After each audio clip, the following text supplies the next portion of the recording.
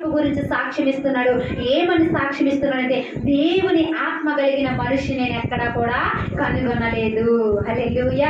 ఎక్కడా కనుగొనలేదు. ఇలాంటి ఆత్మతో, ఇలాంటి జ్ఞానముతో, ఇలాంటి భావము చెప్పే వ్యక్తిని, ఇలాంటి యవనస్తుని నేను ఎక్కడా కూడా చూడలేదు. కాబట్టి మరి ఫరో అంటున్నాడు కదా, దేవుడి ఇదంతా నీకు తెలియపరిచిన కనుక నీ వలె వివేక జ్ఞానము గలవారు ఎవరు కూడా లేరు. హల్లెలూయా. వివేక జ్ఞానములు కలిగినటువంటి, దైవము కలిగినటువంటి బిడ్డలుగా మనం ఉండాలని దేవుని వాక్యం మాట్లాడుతూ ఉంది. హల్లెలూయా. వివేకము లేని సుందర స్త్రీ అంటండి పంది ముక్కుకున్నటువంటి బంగారు కమ్మ వంటిదని సామెతల గ్రంథంలో రాయబడింది. అంటే ఒక స్త్రీగా మనం ఏం కలిగి ఉండాలంట?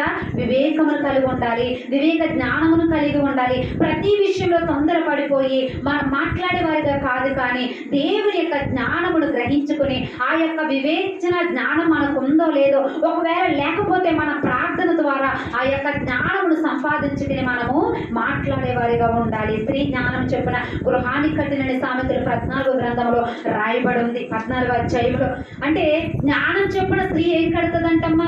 గృహాన్ని కడుతుందంట. అంటే జ్ఞానము లేకపోతే 3 రాళ్ళులాగా ఏం చేసుకుంటది? ఓడబెరుక్కుంటది. ఒక స్త్రీ అన్నది కదని మరి మనము కూడా అనేవారిగా ఉండకూడదు.